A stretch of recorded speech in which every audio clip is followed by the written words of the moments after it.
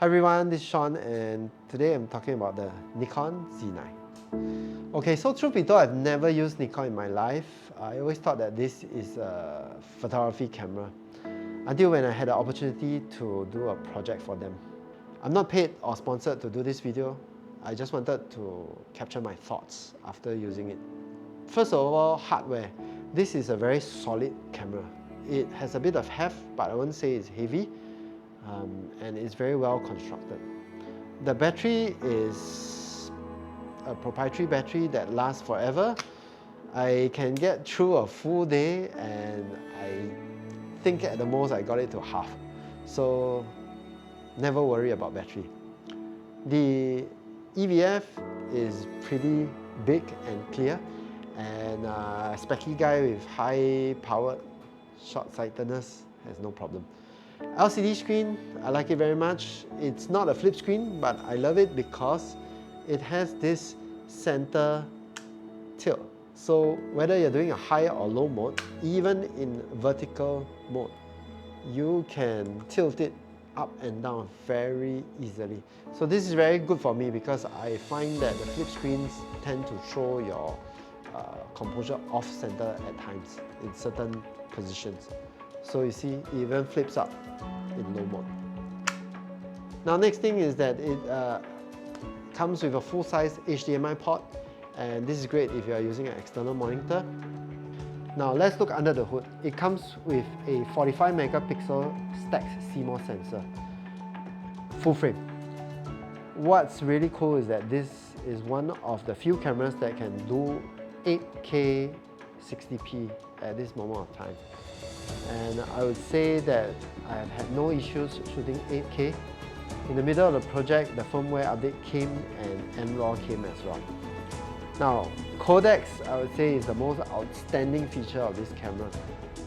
This is probably, and I think it is, the only camera in the market that has both ProRes RAW as well as its own proprietary NRAW. And if that's not enough, it even comes with ProRes 422HQ, which is limited to 4K. And then for those of you who want to have fast turnaround, then H.265, HEVC up to 10 bit. Now the color science of Nikon is pretty good. I feel it tends a bit to shift towards green in a nice way. And in post, you can either use the LUT or the color management workflow. I found that when you do the color transformation to M-Lock, it looks better and the dynamic range is pretty acceptable. Very unscientifically, I would say that it is definitely no slouch as compared to, let's say, C-Lock 3 or even S-Lock 3. Oh yes, I also forgot to mention in terms of hardware is that this camera comes with 2 slots for CF Express Type B. I think this is a very good decision as compared to having 2 different media, which is very difficult to manage at times. So that's a plus point for me. Okay, now coming back to the next feature, I'll talk about the AF. Now the AF of this is also amazing. It is very, very sticky. You can select between modes like animal, human and vehicles. So I've had very little misses. The only time where I found a bit of challenge was in a low light situation where the background was very dimly lit. The subject was lit though, but it did lose track a little bit. And I think that in that situation, every camera would have been the same unless you have the low light king. Okay, and then for low light, right?